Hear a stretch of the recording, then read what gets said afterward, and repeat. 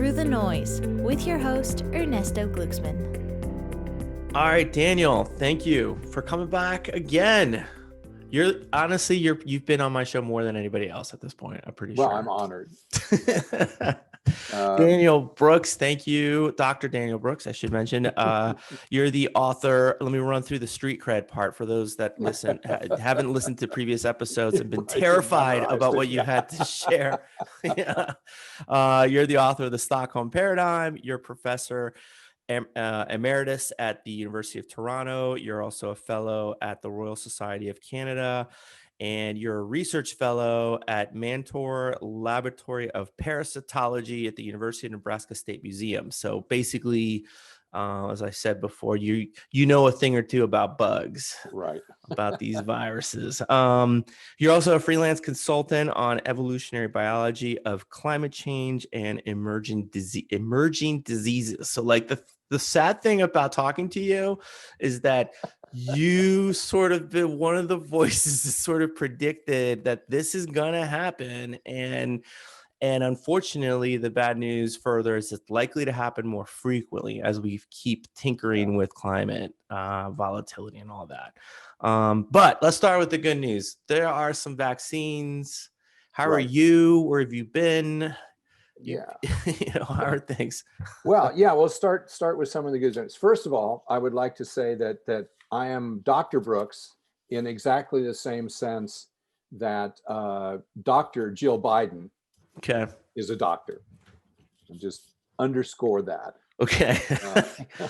Did that one rub you the wrong way too, a little bit? Well, it's just part of the whole thing of trying to diminish anybody you don't like. Try to, especially, this is part of the group who they don't like Black people, they don't like women, they don't like foreigners, they don't, but they don't like scientists. You sort of wonder what they've got left, but evidently there are a fair number of them. Well, I just presume if you've done a PhD, you're a doctor you've pushed the envelope of our sphere of knowledge on some aspect of life. The history of this is that the PhD degree originally was the academic equivalent of a knighthood in medieval times.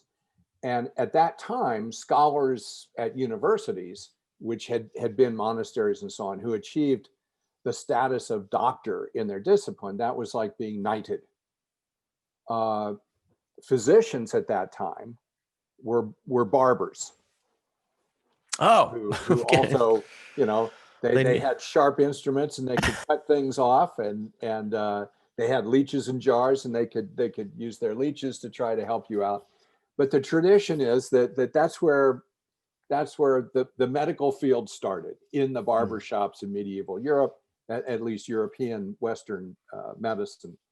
And at the same time, academics were being given these knighthoods that allowed them to be called doctor. Well, of course, as the medical profession and ultimately the veterinary profession became professionalized, then they obviously wanted to have some status, and they more or less said, okay, we're going to call ourselves doctors too. And it's like, okay, sorry. And so let me turn that off. Sure. So that's where that came from. So the reality is that most people who have PhDs acknowledge that doctor is the appropriate term, blah, blah, blah, but they don't mind calling a dentist doctor or an MD doctor or a veterinarian doctor. It's like, who cares? The important thing is, what do you know? And it's more a sign of personal, professional recognition than anything else. And so when you try to take that away from somebody, it's just a petty little personal thing to do. Yeah, I think just to waste time writing an article about that, or it was an opinion piece in the Wall Street Journal, in case anybody wonders. Somebody thought that'd be a great idea. But at the end of the day, like, even talking to an MD doctor, they don't know everything. They just know when your body breaks down in the particular specialization that they are informed in. They have some tools to address it, but you're you're on a way, especially your area of expertise is like understanding what these bugs are and how they can impact society and the bigger picture, right? Yeah. So most of the medical and veterinary people who are speaking about the research involved in emerging diseases will have MD or DVM degrees and PhDs. So like Dr. Fauci is, if he were in Germany, he would be Dr. Fauci because he has an MD and a PhD. Oh my God, that sounds like a brutal process to accomplish. accomplish. The medical researchers and the veterinary researchers are extremely well trained. They've gone through their own technical training, the clinical work, and then they've gone through, the stuff the kind of stuff that I would have gone through getting my PhD. So that's pretty amazing. So let's jump into the good news.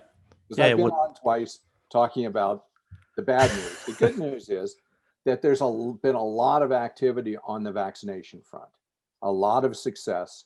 And we'll talk, it's not, as Dr. Fauci and others have said, this is not a silver bullet, but it's an important part of getting on top of this mess. Now, I'm not a specialist in vaccines and vaccine production, but here's what seems to be the situation. There are 5 vaccines that are more or less in play, that are well developed. 3 of them, the Pfizer vaccine, the AstraZeneca vaccine, and the Moderna vaccine, which are collaborations with Americans and Europeans and some pharmaceutical companies and some university research labs. It's been a wonderful collaboration. Those are the 3 that we hear about the most. There's also the Sputnik vaccine, which is the Russian vaccine that nobody knows very much about, and the Russians aren't sharing much information. And so we don't know. I mean, it could be just fine. And I think Moderna, or is it AstraZeneca, one of those 2, that whichever one is working in collaboration with Oxford University, they've just announced that they're going to start doing some joint testing with the Russians. Okay. So that's also very good news, that this will be, if there are any problems there, then the Russians will just buy the other vaccine and repackage it and say it's Russian, and it doesn't really matter. It's like, okay, as long as it's not going to kill anybody. And then the Chinese have a vaccine, and they're also not talking about it very much, but they are distributing it widely, and they are vaccinating their own people at a very high rate, which is an indication that they have a lot of confidence in it as well.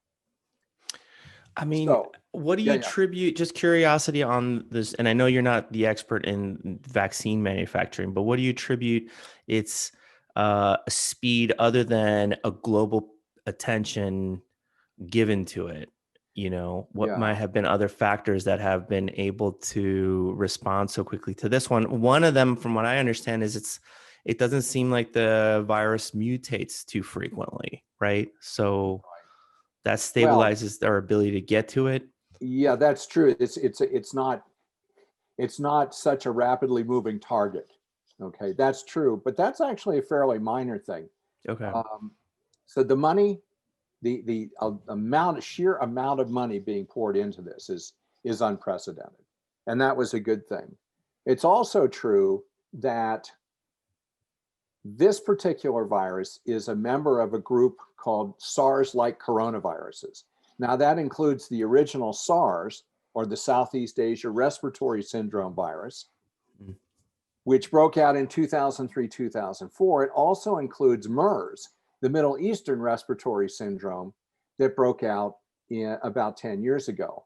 Now, one of the things that went fairly unnoticed in the panic about this particular virus, about COVID, was that in April, 2 different MERS vaccines were announced.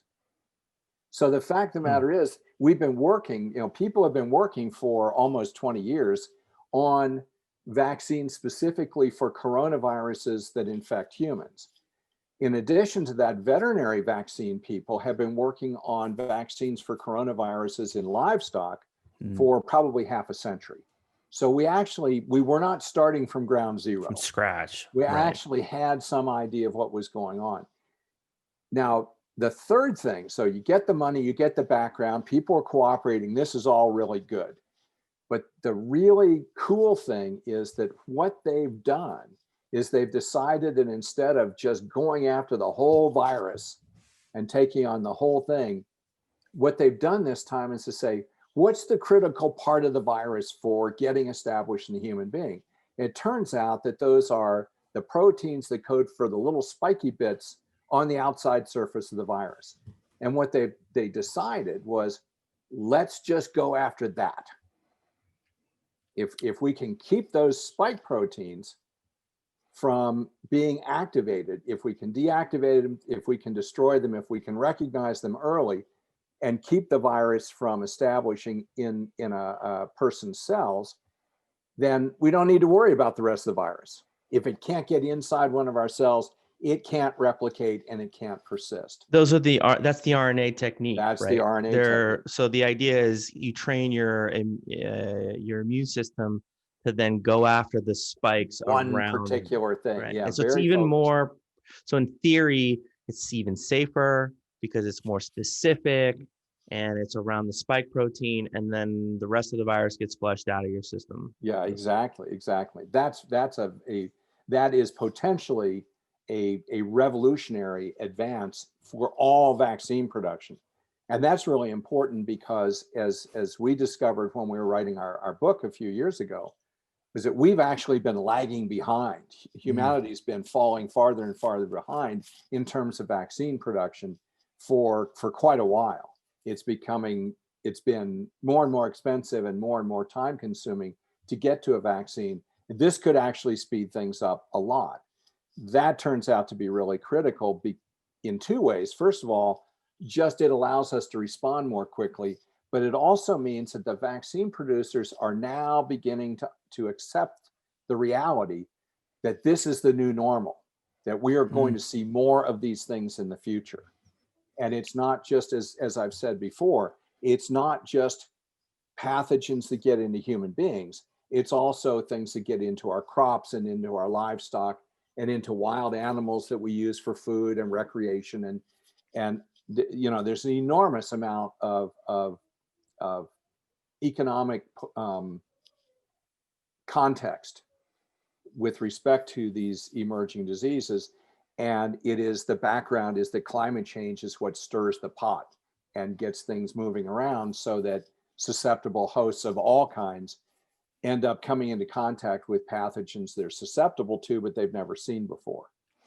Yeah, could you speak to that a bit? I know you've done on the other episodes that we've had in the past, but can you speak to because you've been bringing the alarm on, yes, this is more likely to happen, but also an area that we're not paying attention closely enough is sort of livestock or just animals in general, because everybody thinks I don't want to get COVID, but let me go into the woods with my dog and let me go see my neighbors, let the dogs hang out with each other. And no one's really thinking, wait a minute, could I get COVID from my pet? Yeah.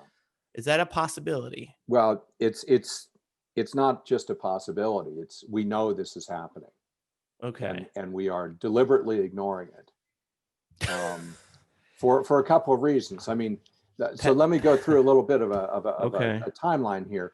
So we know now very clearly that, as we suspected more than a year ago, that this virus was brought into live animal markets, presumably in live bats in Wuhan, China, where they infected other live animals that were being kept in close proximity before they were sold alive to people who would take them home, keep them for a few days, and then butcher them and eat them.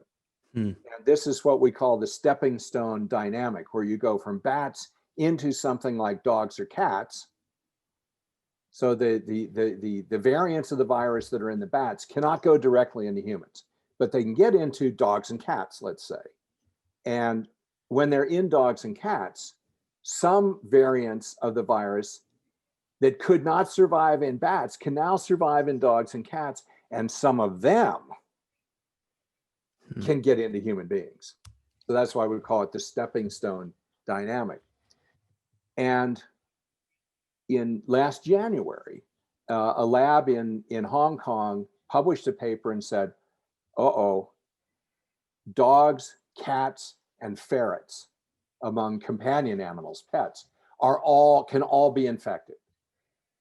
Now, in the United States and Canada, the veterinary associations immediately launched a propaganda campaign saying, it's true that you may give your dog or cat COVID, but they cannot give it to you. And they knew that was not true. But they were concerned that people would immediately start abandoning their pets. And we would be overrun with feral dogs and feral cats that were just released. So they were in this terrible predicament. Like governments were in this predicament starting last spring. Do we allow the healthcare system to collapse, or do we allow the general economy to collapse? Right. Okay. The veterinarians were, do we tell people that there's no real danger from their dogs and cats, or do we take a risk of people either, abandoning their pets or killing them? And so there was no good answer. And their answer was to say, it's okay, you may infect your animals, they won't infect you. Man, of course, I have a hard time with that. Animals, it means you're already infected. So of course they're not going to infect you because you're already infected. I have a hard time when just trying to manage the reaction of the general public that doesn't understand the particular intricacies or doesn't care to. You publish as an institution, you publish information that kind of spreads the edges a little further, because what you're trying to get is a certain controlled reaction, right? Like, oh yeah, I know exactly. The example I had was I sat in when I live in Washington D.C. I got to just poke around. Sometimes they were discussing the food pyramid, and they had like a general, council discussion with a couple of stakeholders about what they were thinking should be the next thing. They all agreed Americans don't eat enough vegetables. So the question was, should we then say, instead of 5 servings of vegetables or whatever, should we say 9? Because we'll know that no one does 9, but they'll maybe do 5 and get them up to the 5. And I'm like, that's right. And in my mind, I'm thinking, no, because I need to know precision. Like I need to know like, what is the latest science? What does it tell us? Yeah. And then maybe make recommendations beyond, but it's just hard when you get it's just no good trade-offs, and I'm sure everybody's just trying to do the best they can. Scientists are, this is one of the reasons it's actually good for open societies not to be controlled by scientists, because we're really too much black and white. It's like, okay, here's what you need to do right now, and then we're fortunate that we then have people like science policy people who talk to politicians who say, well, we can't really do that because da da da da da, and the scientist goes, oh yeah, right, real people, real lives. Yeah, okay. So I'm not in fact. Wow, you're advocating for great policy people along with great scientists. The problem is that you do have to deal with reality and as I said right from the beginning, the only reason we have these problems right now is because we did not take this seriously 35 years ago, and we didn't begin to plan for it. We didn't anticipate. So now we're in a mess, and it's not a matter of how do we solve this problem, it's how do we minimize the damage. Can we just slightly shift gears into, one question.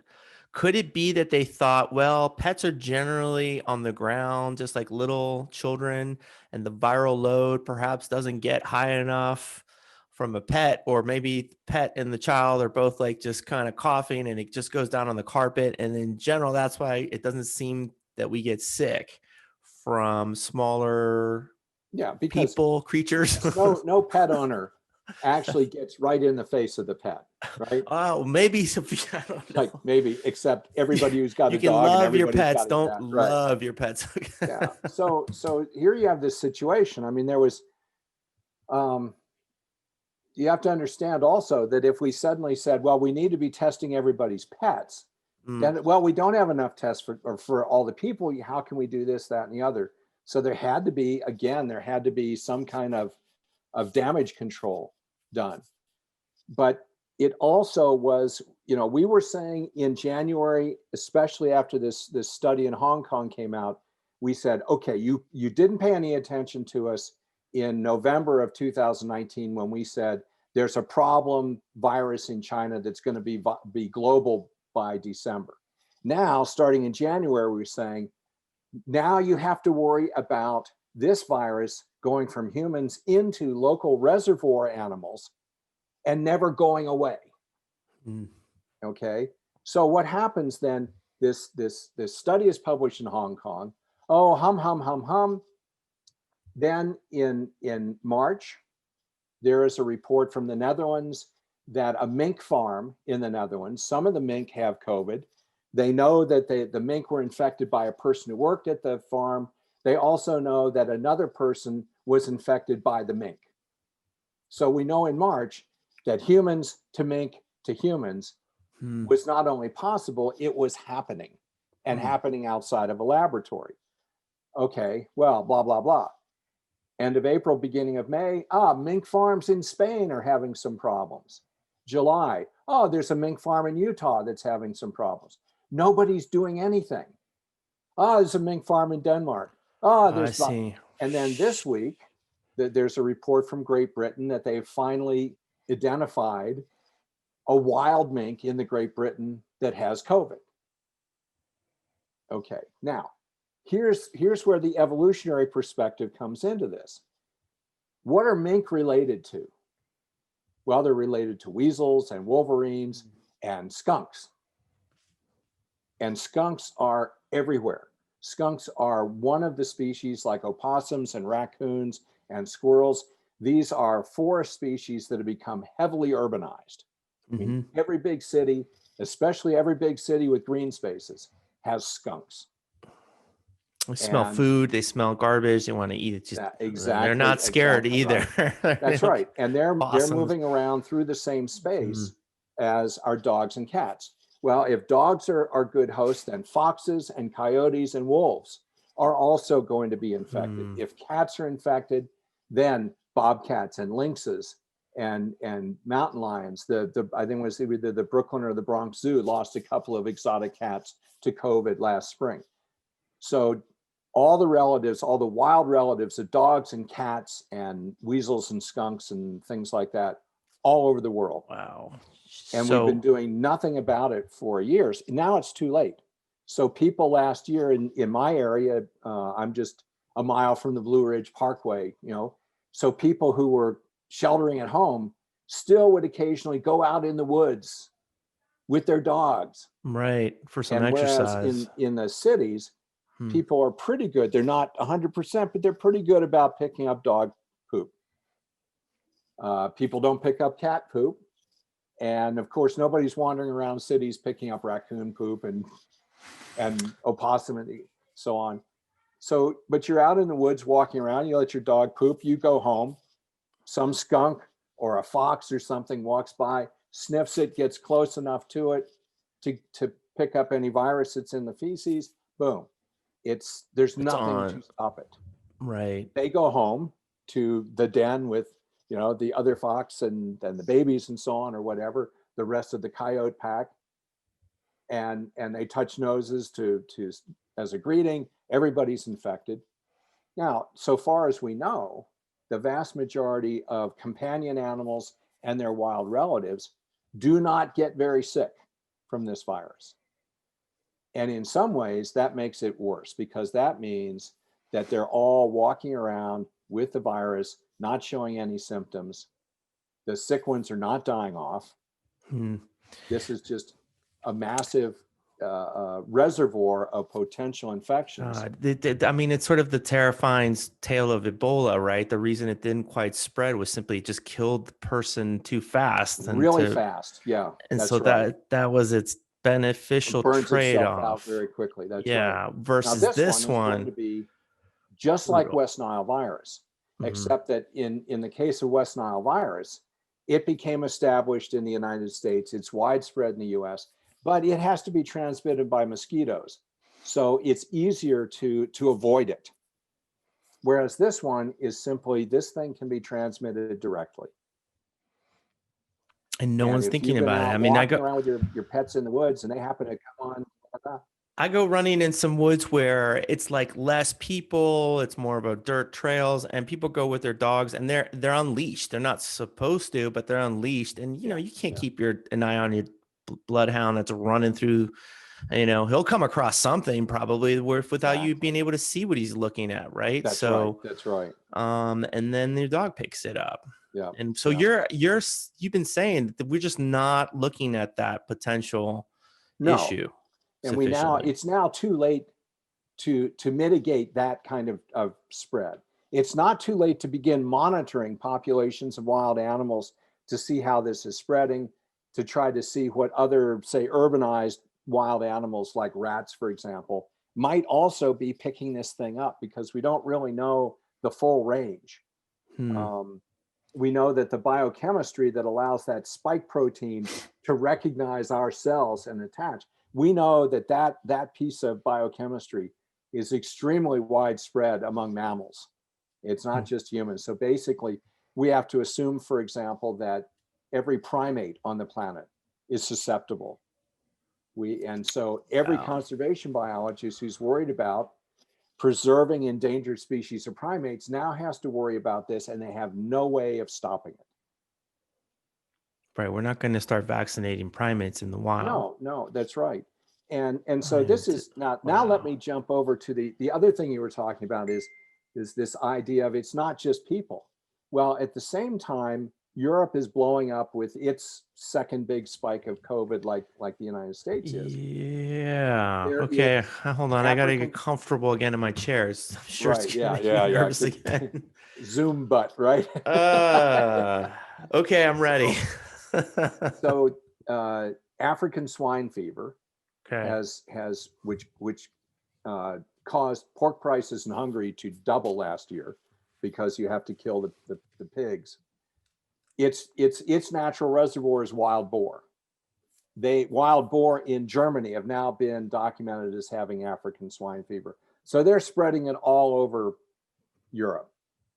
And an African swine fever outbreak in China in early 2019 is one of the things that drove an increased demand for exotic animal meat, which indirectly led to or played a part in the whole COVID They outbreak. lost like half their pork processing industry, like half gone, like half of the pork makers lost it. And then all these more exotic meat locations that were also allowed to farm these animals, just there was a market share that they could grab. They were just started to grow aggressively. And then that put those markets where they're stacking all those animals on top of each other, and boom, so then there was a African swine fever outbreak in Central Europe, and with the same sort of thing, you have to kill a lot of pigs. Moving west. So this is spreading out into Europe now. We know that's true. Within the last month, there's been an outbreak of avian influenza, that is bird flu, in Europe. And people immediately are killing. They've already had to kill more than 1 million chickens. Wow. Across Europe.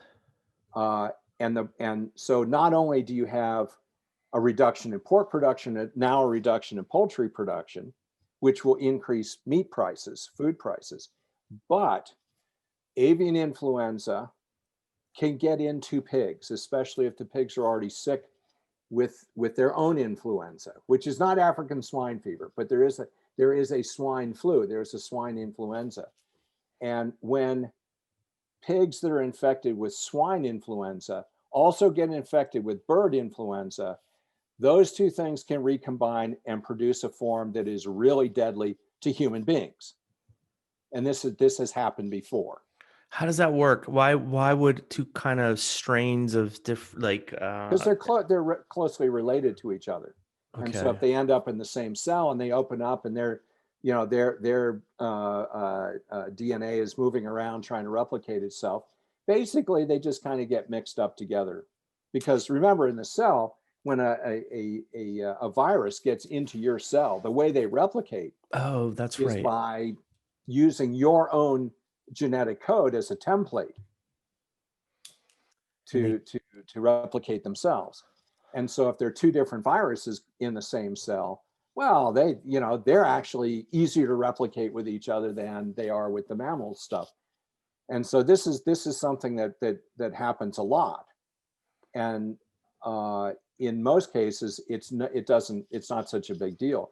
But in the case of this particular situation, so the first time we had an outbreak of what came to be known as swine flu, but it's actually this bird plus pig influenza recombinant, that was in 1976.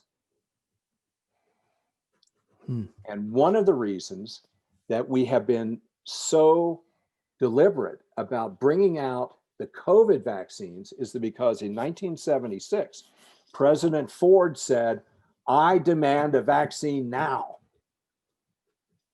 And the pharmaceutical industry produced a vaccine really quickly, and they began distributing it, and it produced an unacceptably high number of really bad side effects.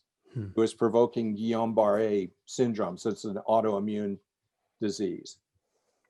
And so they had to stop in 1976, and they weren't able to then release a safe vaccine until 1978. And that's the reason everybody's going, we're not going to do that again.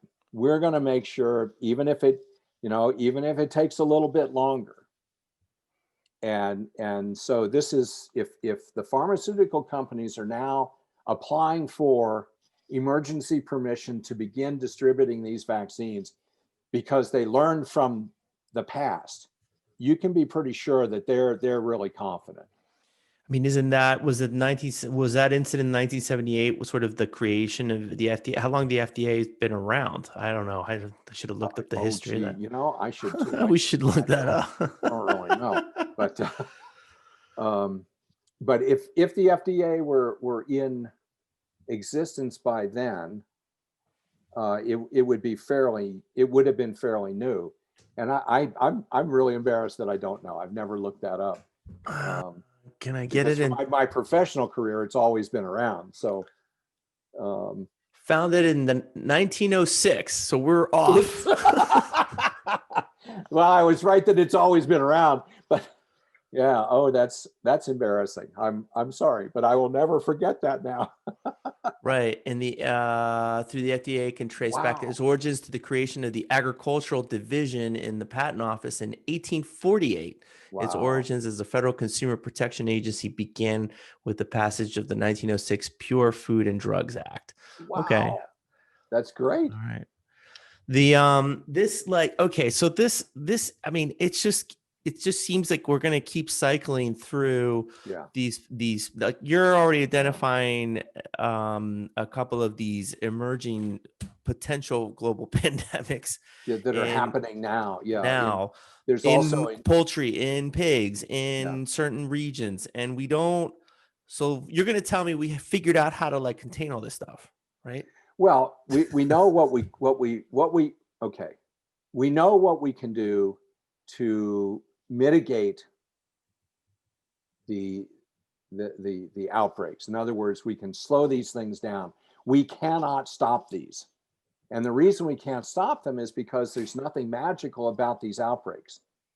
So long as we have a background of changing climates, in addition to globalized trade and traffic and travel, things are going to be mixing and matching. Things are going to be moving around, and we're just going to have a continual mix of emerging diseases. Most of them will be what we call high probability, low impact. So localized outbreaks. And it'll be like, oh yeah, this is going around. Kids have diarrhea for a week, and there are probably 20 different viruses that cause it. We don't really care which one because the kids are sick for a week and then they're okay. Most of them are like that. The problem is that if those are happening more and more and more and accumulating, then even though each one is relatively low impact, eventually you get to the point where there is so much pressure on the public health system or the veterinary and agricultural health system from these low impact but accumulating diseases that when something big shows up, the system can't handle it. And that's kind of what happened with COVID. And there are other things out there, and like I said, it's also livestock, and it's also crops, and so it's not just in terms of the global economy. it's not just human beings, but it's also in our food, food production. Some pathogens are transmitted in food, some are diseases of food. And so that's a huge part of this. Can you touch on the climate volatility aspects? Like how does that factor into increasing more exposure, more opportunities for, you mentioned like jumping from host to host? It's surprisingly simple. And in fact, a colleague of mine said in a conference about 6 months ago, he said, the answer is so obvious that we missed it for a century. And it's okay, because we were looking for something specific about what happened to this virus that allowed it to jump to this host all of a sudden, when in fact, it turns out that virus was always capable of living in that host. It just was never coming into contact with it. And so what climate change does, it doesn't create anything magical. It just allows things to move around more. So if your area is getting warmer, species will move away because it's too hot. If your area is getting wetter, species will move away to a place that's drier. And by the same token, someplace over here that's getting drier, things will move to where it's wetter. And as everything's beginning to move around, and with our global trade and traffic and travel, we are moving things, including ourselves, around even more than before. As we deforest, as we expand our agricultural areas, as we expand our urban areas, we are altering the interface between the wildlands and managed landscape. So that's creating more opportunities for things to move around. Yeah, areas that usually get a certain freeze or expect to hit frost are no longer happening, and then the bugs that grow in that area don't really die off, so there's not like a culling of the herd. You're actually simply increasing more, and next thing you know, those bugs that have the infection are now around animals and people that haven't been exposed prior. Don't these are new hosts that haven't, and that's how it can jump. So it's just pretty seems like it's like a gradual, but it's pretty predictable process, that a likelihood. Even if we can treat the animals that get sick, like our livestock and so on, if we can treat them, that costs money. Right. And those costs are rolled into cost to the consumers. So food prices increase, and food prices, any kind of economic impact of climate change and of any kind, any aspect of climate change, but in this case, climate change and disease, the additional costs are going to be disproportionately on people who cannot afford it. Right. So poor countries, poor people in rich countries, they're the ones who are going to be hit the worst with this. And once you have, say, poor people in your city infected, and because they're poor, they can't afford to stay home sick. They don't have, they're generally not well serviced by public health and so on. Once it's in your area, then it's not going to just remain in the poor people. It's going to get out. But the point of entry is there. So what we talk about is understanding how easy it is for disease emergence to happen, and then identify what we call the habitat interfaces, the places where this could happen. So how is African swine fever spreading in Europe? Well, wild boar move everywhere. They don't recognize national boundaries. So they're moving around everywhere. And any place that they come into contact with domestic pigs, they're going to transmit African swine fever to the domestic pigs and then move back into the forest. So if you can do anything to decrease the chances of the wild pigs coming into contact with the domestic pigs, you will reduce the transmission. You'll reduce the chances that the wild boar will infect the domestic pigs. You cannot eliminate the virus, and you cannot eliminate the virus getting into the livestock completely, but you can reduce the impact. And everything we do, if we have 100 of these quote unquote little diseases, and we can mitigate their impact by 50%, the cumulative savings economically is really large. And that helps with things like, That was the nutrition. suggestion with the double fencing, put an extra fence in between, and that helps keep some distance from the wild boars. Make sure that your fence is 20 meters or 30 meters away from the forest, and have open area with just open dirt. Nothing in between. They don't come in there. Yeah. Did when this whole thing started, and I'm pretty sure everybody feels that our country kind of bungled the initial stages, but could there have been a spot where we knew this was dangerous, we knew this was likely highly contagious because of its long process?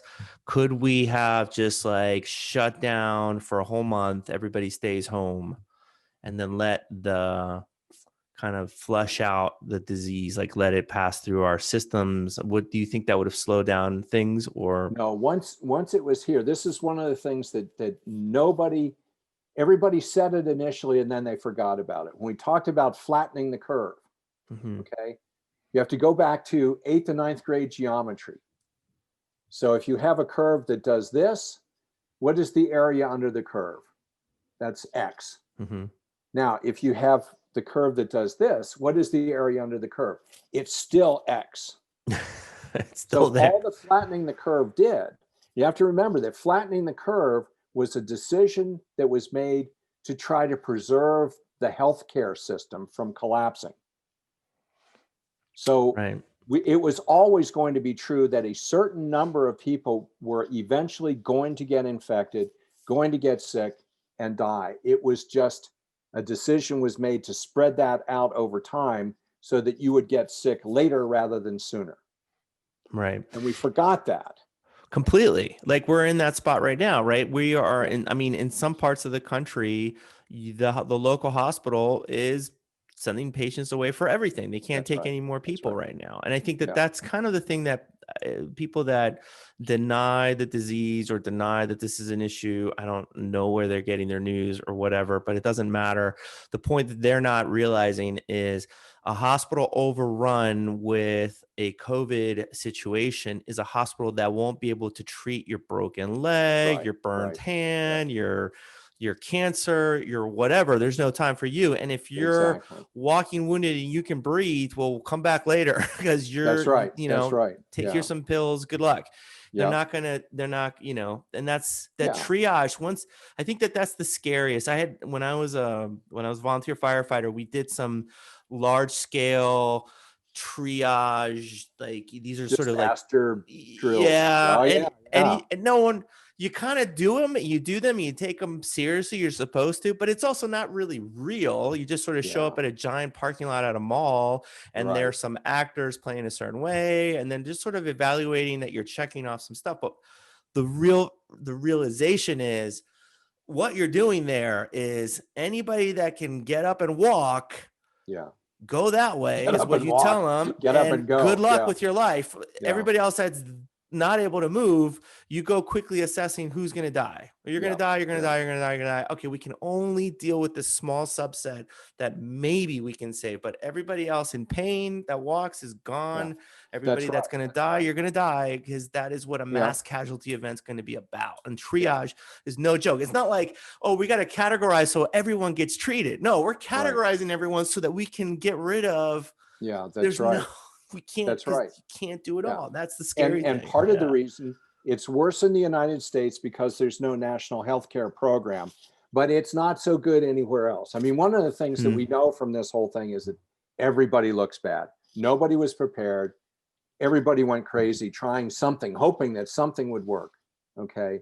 But the reality is that one of the reasons that the healthcare systems around the world were unprepared is because we've now had at least 30 years of trying to base the healthcare system on what is the minimum number of people we need to employ to deal with what we expect to have happen all the time. CFOs, bean counting, exactly. Like let's not have a warehouse full of protective, because that's just money locked in that, right? That's your assets. So we can order this online. We can order this from Amazon. We can order a shipment if we really need it. No one's thinking, except that you can't. Yeah. And one of the reasons that Germany had so much success early on with COVID was because German hospitals typically have 3 times more nursing staff than the other European countries. And Germany was always criticized that this was an inefficient, uneconomical way. You've got all these extra people that you don't need.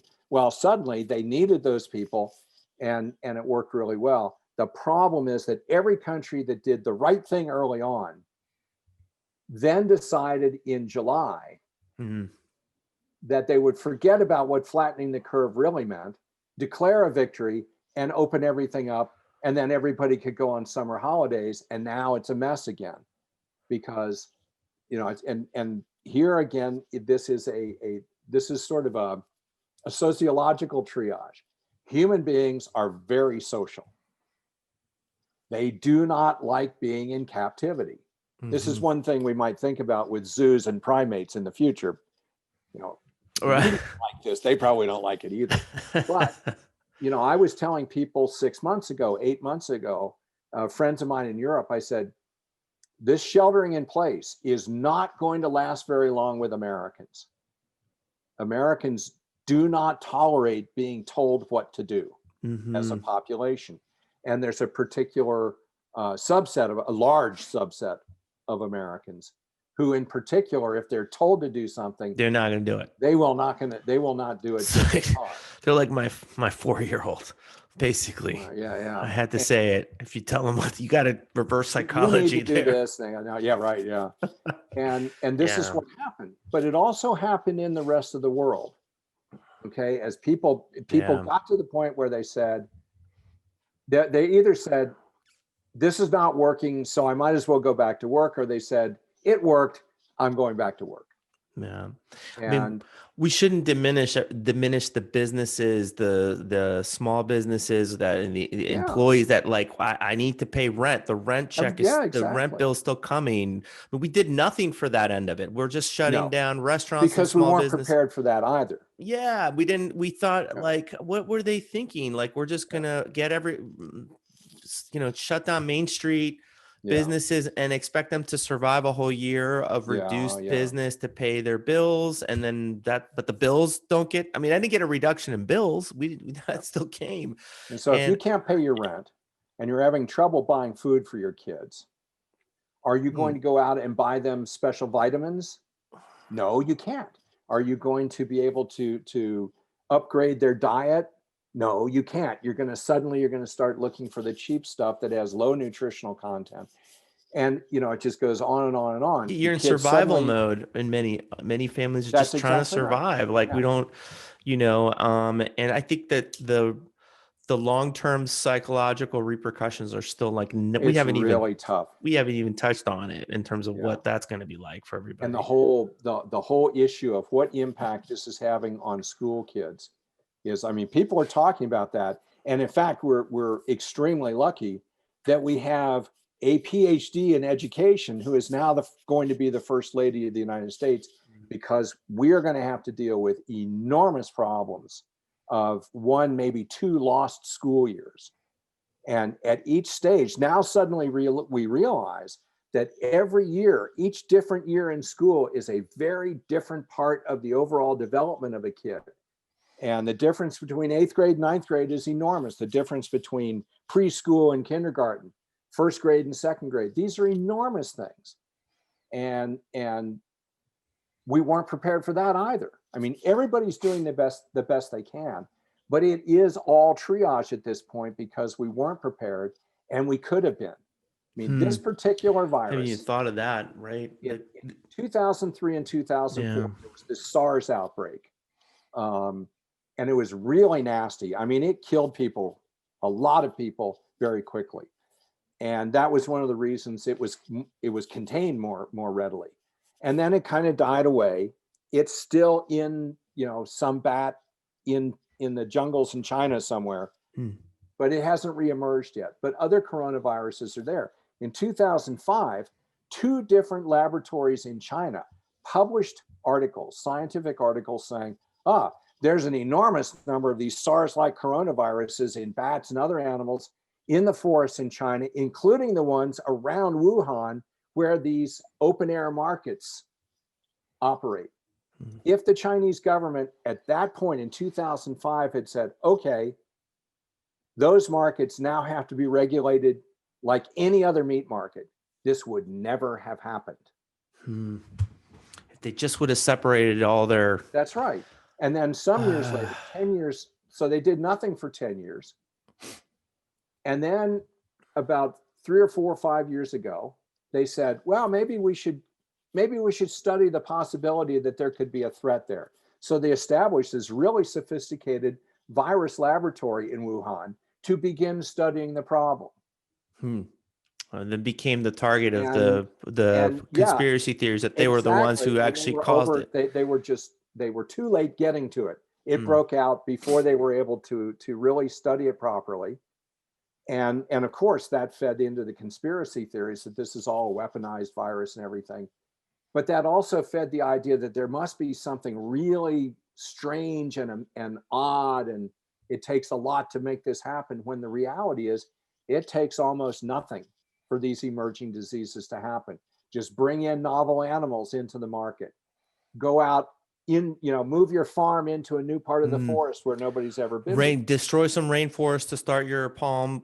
That's right. And so oil grows, and bring some animals in there or whatever. Because what you do then is every time you move agriculture into the forests, we talk about deforestation, but in terms of diseases, what you're doing is you're creating more and more edges.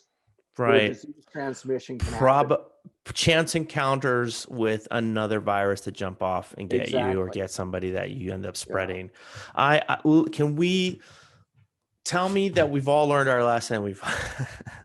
There is no indication that anybody has learned fundamental lessons of this process. Fundamental lessons from this. Maybe we're still too much dragging into it and reeling from its bizarre effects, putting a bunch of people at home without work and jobs, and then having a nasty incident happening in the public discourse, get captured on video, suddenly creates massive protests and then massive counter protests. I was like, there's a bunch of people that usually be pretty busy working, right? So it's like, I wonder if we just don't have a good way of calculating the cost of regulating the markets in Wuhan relative to the global cost of dealing with where we are now. I hope somebody puts those dollars together in that ratio. Well, people are thinking about it. There are people who know, have learned the lesson. Friends of yours. Well, people I pay attention to, people I learn from.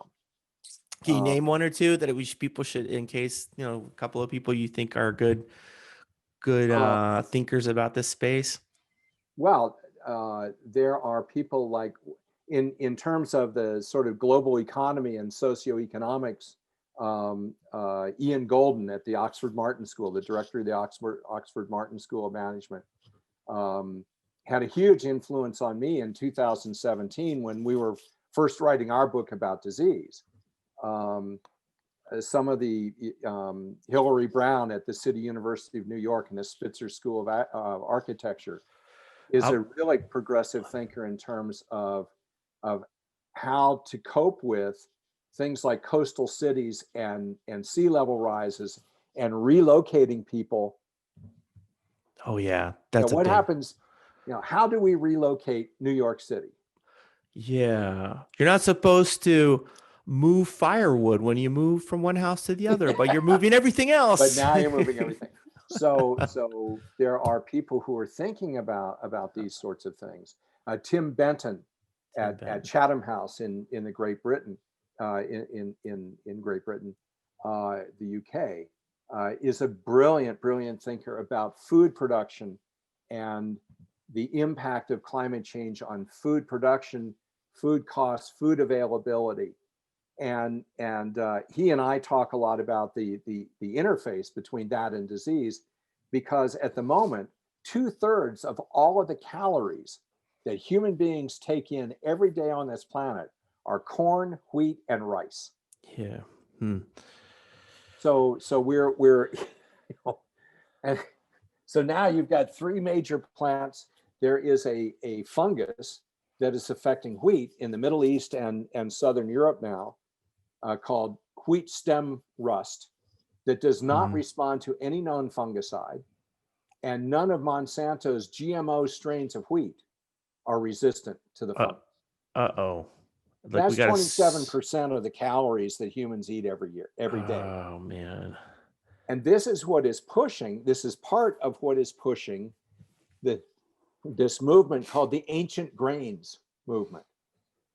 Okay, it's partly, eat healthier, live healthier. It's based on this assumption that 5,000 years ago, people were healthier, which is why they lived to be 35 years old instead of 70. Right? So it's just a marketing thing. It's sort of a new agey marketing thing. But part of what's behind it is, if I'm a wheat producer and I know that climate change has led to a disease moving from the Middle East into Europe, and I'm going to lose my wheat crop, what do I do next? Oh, okay, so I start planting some millet. And then I start marketing this as an ancient grain that somehow is going to make us right, because you're trying to diversify the plant, and that's probably a good thing to do. Well, let's do that. An acknowledgement that climate change is going to happen, that we are going to see alterations in the availability of different food species because not just of climate conditions, but also of emerging diseases that piggyback on the climate changes. So there is a recognition of that this is happening, but there's no sense of urgency at the level of political institutions. What do you attribute that right now? I mean, now, okay, they're busy dealing with this one, and there's at least in the United States, we have our political system changeover that we're too focused on the individual characters, right, of the issues. That's a very, very well put, because one of the discussions that I've been having with a group of people who sort of let me listen to them. One of whom is Andrew Sheng from Malaysia. It's a brilliant economist, and he's been very interested in the impact of Western individualism as opposed to Asian group identity, and the impact of COVID and the ability of a government to control transmission. So we're not talking about the fact that transmission of COVID is way down in Asia, where it started, and that may be partly due to sociological differences, cultural differences that are very, very deeply ingrained, and therefore very difficult behaviors to change. It's also true, and I say this culture partly as a joke. Well, and the thing is, this rugged individualism of Americans is something that in an earlier context, it was really useful. And now maybe it's not. Now maybe it's counterproductive. But one of the things that I've been saying is that every politician, every bureaucrat in the world is affected by COVID right now. And they're simultaneously trying to do two things. They're trying to look like heroes, and they're trying to avoid responsibility. And the net result is that they do nothing. Ultimately, they end up saying, it's not my fault, it's not my fault. Right. My assessment of a politician at this stage of my life is they only get in front of a movement once the movement is underway, right? They only change their tune once the polling makes sense for them to I'll figure out a way to in a slick way change my perspective here on this, because that's what it is.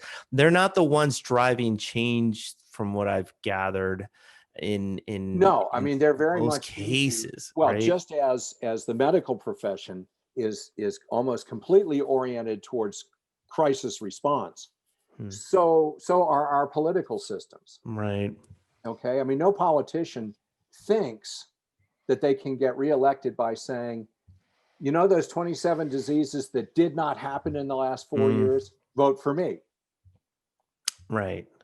Right. People are going to say, but we didn't see you save us from anything. Right. That's part of the problem. We are beginning in non-infectious diseases. So things like cardiovascular disease and strokes and cancer and things like that. We are developing, and the medical profession is developing, a very strong ethos of prevention, which we need in the infectious disease arena as well. So, for example, if your doctor says, lose weight, change your diet, stop smoking, don't drink so much, and you won't have a heart attack. We all understand that that's good. Not, you may not follow it, but that's cheaper to the medical profession. It's cheaper to the healthcare system than for you to have a heart attack, go into the hospital, have to have a coronary bypass operation. That's a lot costlier than changing your diet. But cardiovascular disease is still, even this year, cardiovascular disease is going to kill more people than COVID will. So that means that it's very difficult to make behaviors change.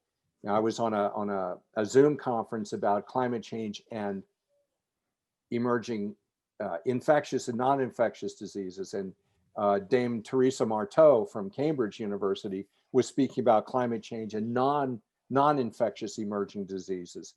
And she said, you have to understand that you cannot change human behavior in big ways. It's any behavioral changes are going to be small. People forget how long it took to convince politicians to make it mandatory to wear seatbelts. That battle. And there were so many people arguing from what I understood. I have my freedom to drive the car. It's my right to go through the windshield when I hit somebody else's car. Right. So now we have this other conjunction, because we're taught there are these massive disruptions in the educational system as a result of COVID. But it is the educational system that's responsible for the fact that far fewer people smoke cigarettes now than a generation ago. It was not because some politician got up and said, no, this is bad for you. It's because more and more kids came home from school where they were being taught about the hazards, and they were starting to say, your breath stinks, Dad. You're going to die. I don't want to smell that. I don't want you to kill me. And eventually the parents just said, enough, I'll stop. And at that point, as you were saying, that's the point at which the politicians jumped in and said, yes, us too. Right. Well, right. Yeah. We always believe that.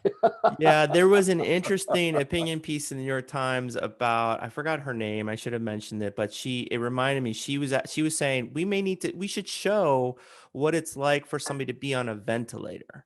They should show the real, what it's like. The bucking is the word she used of the machine push. That's why they have to put you in a coma, because your body naturally rejects having have forced air into it. Right. It is. And we're not seeing the last desperate move. Yeah. Right. Of what that's going to be like. And I think we've coddled, I think she's right. I think we should show, just like I think we should be truthful about what the risks are with everything. We should show it, and we should show it nationally, just so that people really understand what it's like. That's part of what, where you're speaking about the cigarettes, showing the lady with the, with her voice box surgically removed. Right. Yeah. The Marlboro man saying, right. I don't think I should have done that.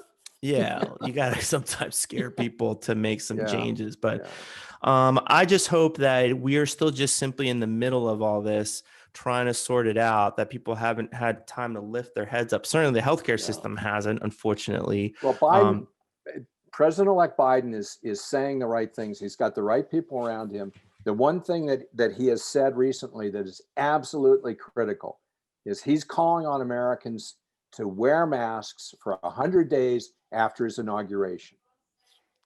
That means until the end of April. Now, that's the point at which the vaccination program will begin to show some effect. Because remember, they're now saying that the first thing they said was, well, we bought 10 million doses of the Pfizer vaccine. That sounds like a lot, but that is only enough for 5 million people. Right, half. You need to get two doses. Right. And there are 21 million frontline healthcare workers involved with COVID cases. Right. This is a drop in the, I mean, it's going to take a long time. It's going to be messy. It's going to be, but we will eventually figure it out. It will eventually get there. By the summer, by the end of April, by the end of May, we will begin to see, partly, unfortunately, just as a result of this virus burning itself through the population, because we've been stupid at Thanksgiving, we're going to be stupid at Christmas. And so partly, unfortunately, it's going to burn itself through the elderly, vulnerable around us, and the vulnerable. Right. But also we will begin to see the impact of the vaccinations. And by the summer,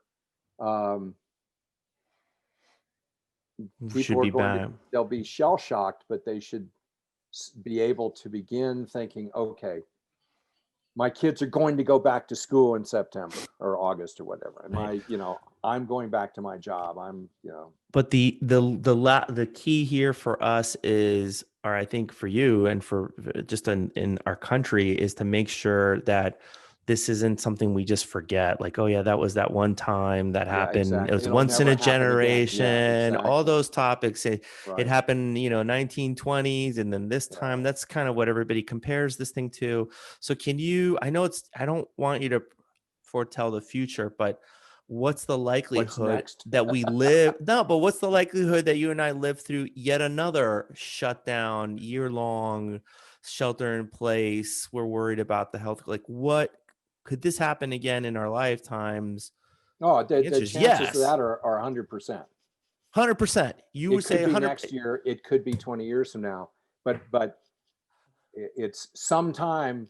It's going to happen. It's going to happen. And the next one might not be something that's killing humans.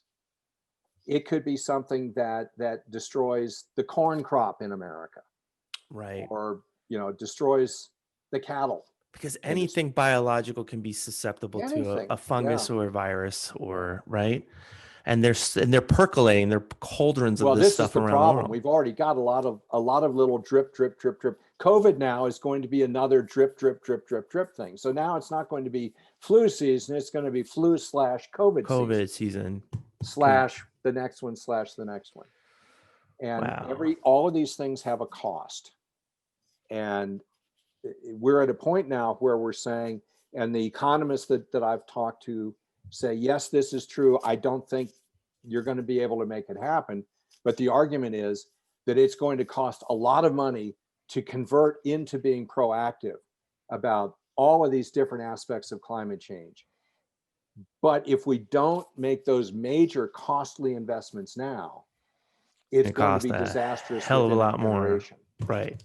Yeah. Right. So welcome to the future, people. Yeah, there is no solution. Okay. But there are things we can do to protect ourselves. And to manage this thing and invest in the country, right? We just got to get serious about doing it. And by the way, that's an opportunity for new companies, new businesses, of course, that could be a great world to expand into. Yeah. So I don't think we should shy away on investment. Yeah, and human beings are very creative. This is an interesting thing. These are times when human creativity can come out in really funny ways. And this is going to sound like a bad joke, but it's just to illustrate something. So in Hungary, my wife is Hungarian, and I've been working with colleagues in Hungary off and on. Well, Hungary now has a curfew like California does. So it's from 8 p.m. until 5 a.m. There's a curfew. You're only allowed to be out on the streets if you have a night job or if you're walking your dog. So you can now call people in Budapest and they will let you walk their dog for an hour for a small fee. so that you can get out at night to walk around. I mean, and this is all right. You know, just if adjust you harness and that adapt. kind of human flexibility and ingenuity and creativity, this you know, we could actually do something that would make a big difference. Yeah. Well, Dan, thanks a lot again, Dr. Brooks. How do they find you if somebody wants you to give a talk about this? What's a good way to reach you? Your website probably the best thing is just to send me an email. That's dnlbrooks@gmail. Okay, and we'll link to it on the show notes. Yeah, don't abuse me with emails. If you don't like what I'm talking about, just ignore me. But you know, if you want to talk, I'll always talk. Okay. Doc, thanks a lot, Doc. I really appreciate you coming on and helping us. Hopefully we can figure out a better way through all this. So stay safe. There will be, you know, at some point in the not too distant future, we'll be able to say, here's an initiative. This is very cool. Right. And then the one good thing is the next pandemic that hits us, we'll have the, 2020 to remind us of what it was like. It's like, oh yeah, I remember what that was like. You remember what that was? Yeah. Are you happy with this? Yeah. Are you finished enjoying COVID? Yeah. God. All right. Take care. Thank you so much. I got my 5-year-olds knocking on the door. Excellent. So I will talk to you later. Thanks a lot, Dan. Very good. Take care. Right. Bye-bye. Bye-bye, my friend. For more episodes of Through the Noise, go to throughthenoise.us.